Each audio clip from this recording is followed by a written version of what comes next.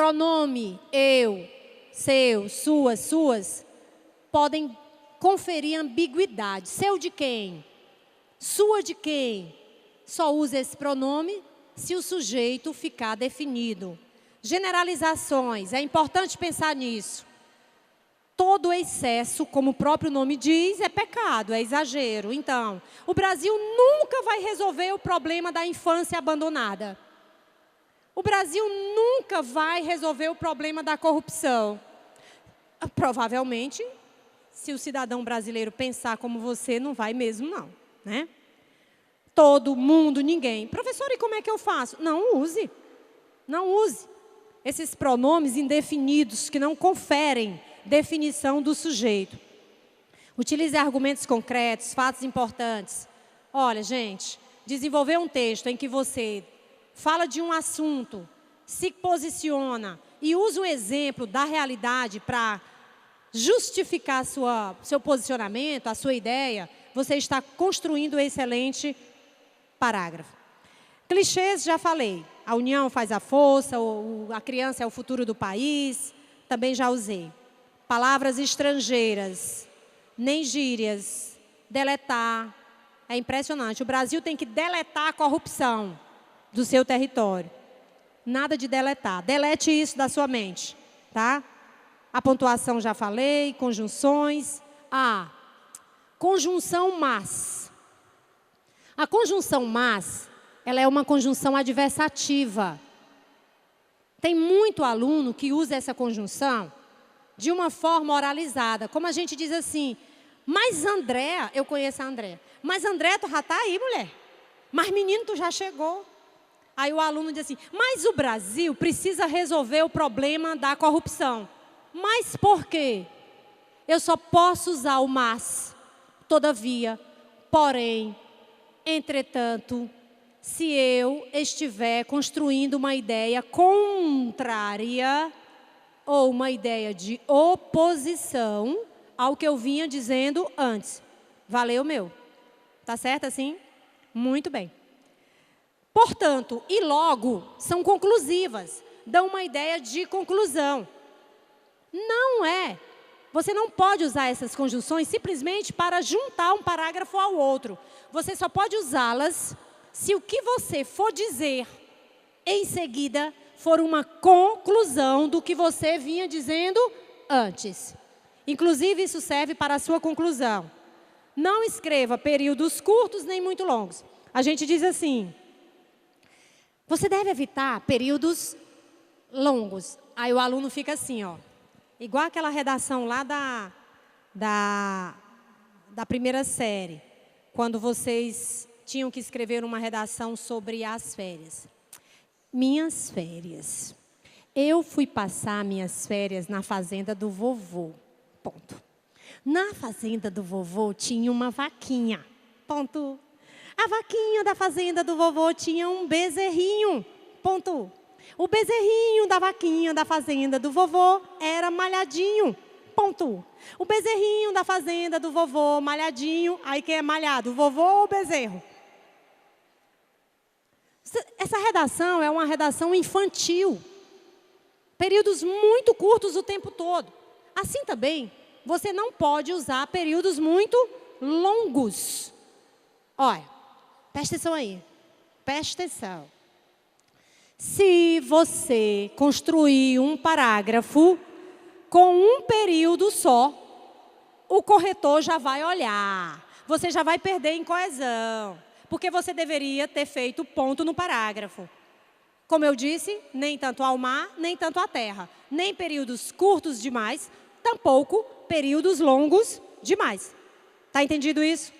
Certo? Vocês estão olhando para mim tão fixamente que eu estou até desconfiado se vocês estão entendendo.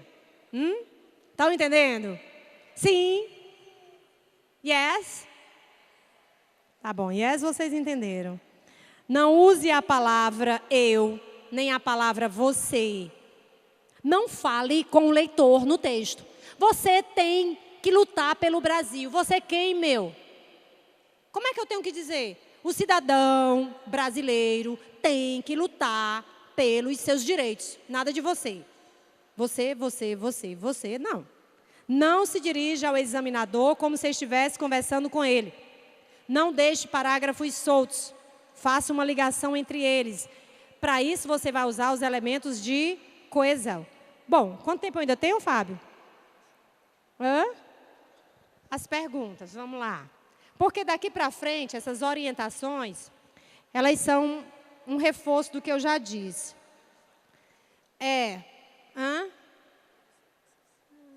Essas orientações, segundo o professor Fábio, elas estarão todas no site. Não é assim?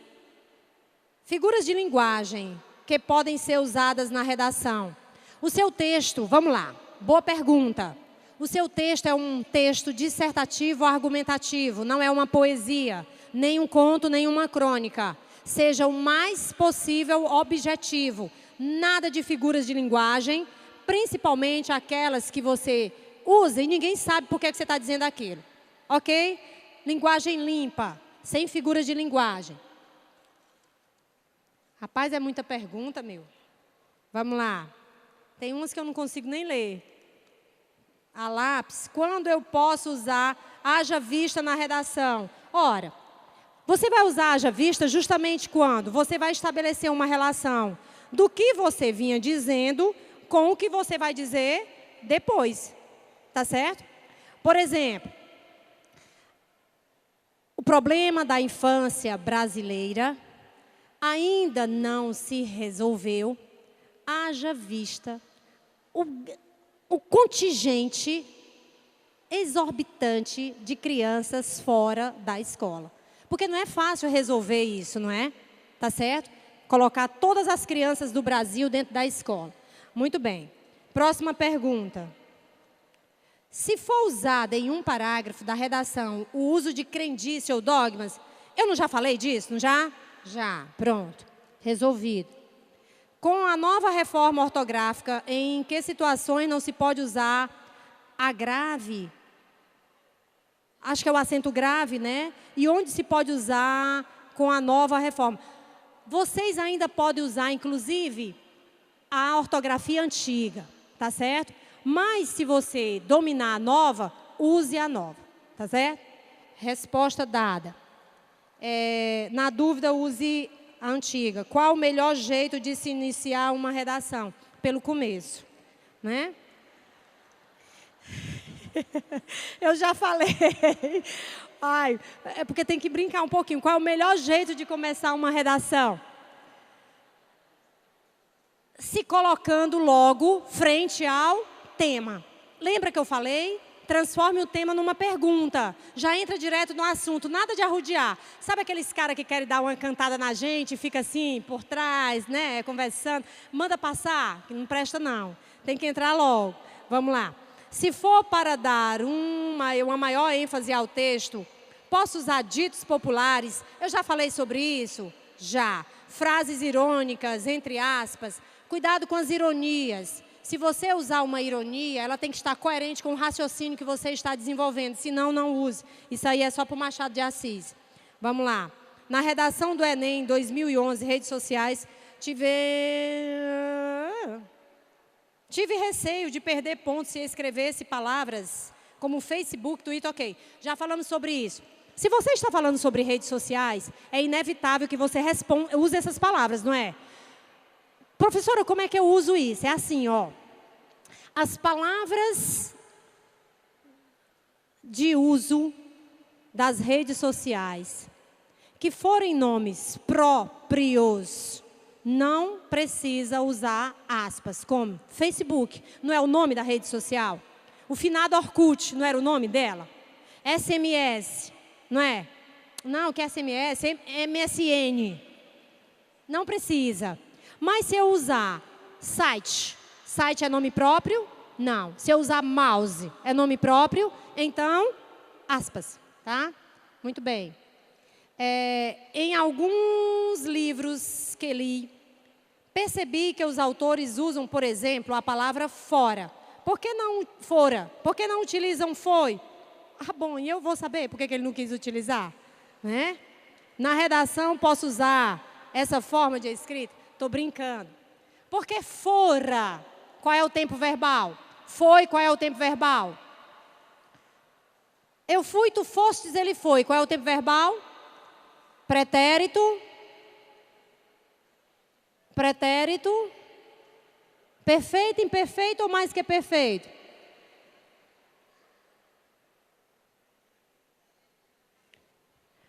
Perfeito. Fora. Oi? Fora. Eu fora. Mais que perfeito. Então, quando é que eu uso foi ou fora? É assim, olha. Quando você está determinando uma relação de tempo muito antigo, você usa fora. O Brasil, na época da ditadura, fora muito duro, muito ríspido com os seus cidadãos. Já é um passado bem distante. Está entendido isso? Muito bem. Para frente. Eu posso escrever na redação dissertativa, argumentativa, eu acho, eu penso, eu já disse isso? Já, não. No título, posso colocar ponto final? Se o ponto contribuir para a expressão do título, se não, título não tem ponto. A não ser que o ponto afirme o que você quer dizer com aquele título. Isso é um tanto quanto poético, metafórico. Não use, não, tá? Posso começar a redação com uma pergunta e terminar? São as chamadas perguntas retóricas, tá certo? As perguntas retóricas são as perguntas que servem para introduzir um raciocínio. Se você souber fazer uma boa pergunta e desenvolver o raciocínio no texto, você pode. Você não pode deixar a pergunta sem resposta, tá? Quais as regras gerais para não errar no uso da vírgula? Eu já dei? Já, dei as regras gerais. Pronto, isso aqui, Mil. Isso aqui é literatura, não entra em redação, a redundância também. Ah, já foi, são figuras de linguagem. Figuras de linguagem, redundância, hipérbato. O hipérbato é a inversão exagerada. Nada de inversões no texto, tá certo, gente? Só use uma inversão se você dominar. Caso contrário, seja direto.